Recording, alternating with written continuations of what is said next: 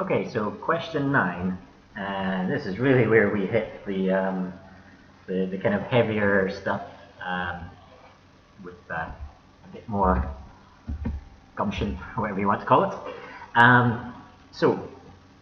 A customer wishes to check the balance of their bank account and inserts their card into the ATM. Okay, describe the computer processing which takes place at the ATM. Okay, so this is really similar to one of the past paper questions, but they've split it into two. So the first one is describe what happens at the ATM, and the second one, the bank's computer. So we'll come back to the bank in a bit. For the ATM, so step one is going to be that the ATM contacts the bank to check if the card is lost or stolen. If not, it will ask the user to enter their PIN. The PIN will be checked with the PIN on the card. So that's important here. It's not checking the PIN with the bank, it's checking it with the chip on the card itself. If the PIN is the same, it will ask the user for I guess what they want to do today for their action request, we'll call it.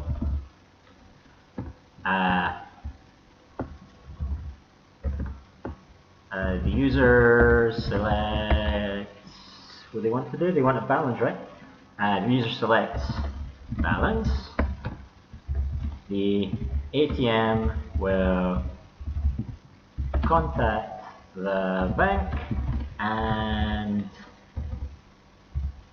retrieve and request, let's say request the bank account info, and then the bank will send the account, we have to phrase it in terms of the ATM. The ATM will receive the, oh dear, will receive the statement, the balance, and present it to the customer. I mean, and you could possibly put something about same as to if the PIN is the same, either request. If not, it will reject it. You could put something like that in here if you wanted to. The ATM will contact the bank to request their bank info. You know, if it's not available, other things like this. You could put some various things in there, but it's only asking for 4 points. And I think the key thing is, it's going to check if it's lost or stolen. It's going to ask the user to enter the PIN, check the PIN on the card. It's going to send a request to the bank for the balance information and stuff like that. Okay, so once we've done that, we then need to talk about, I mean, this is probably too much that I put in here because some of it's crossing over the next question, but it gives you an idea of, it's always better to put a bit too much than not enough. Okay, so from the bank side, what's the processing that takes place? Okay, so number one, the bank receives a request from, oh my, I cannot spell this word, from the ATM to check on a card's status. The bank searches or queries the database, perhaps, queries the database and to see if the card is flagged, see if the card is valid, / lost / stolen. Oh yeah, we should probably put that in the first one. See if the card is valid or lost or stolen. Sorry, jumping back. So the bank searched the database to see if the card is valid, lost or stolen.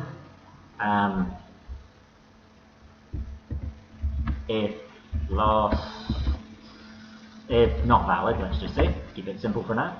If not valid, it will send a notice to terminate the transaction. Otherwise, it will proceed, perhaps. Like I said, I'm doing this without the marking scheme, so some of this might be slightly out of order, but I don't think you're going to lose too many points for getting things out of order.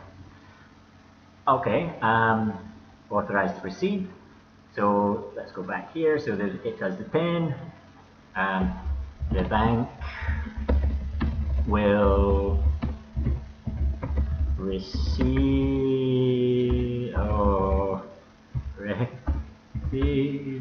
the I cannot do this, so sorry.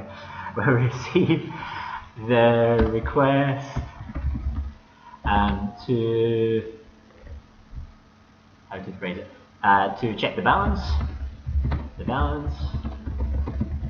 and will query the database in order to, and we'll query the database using the account number, perhaps, in order to get the balance.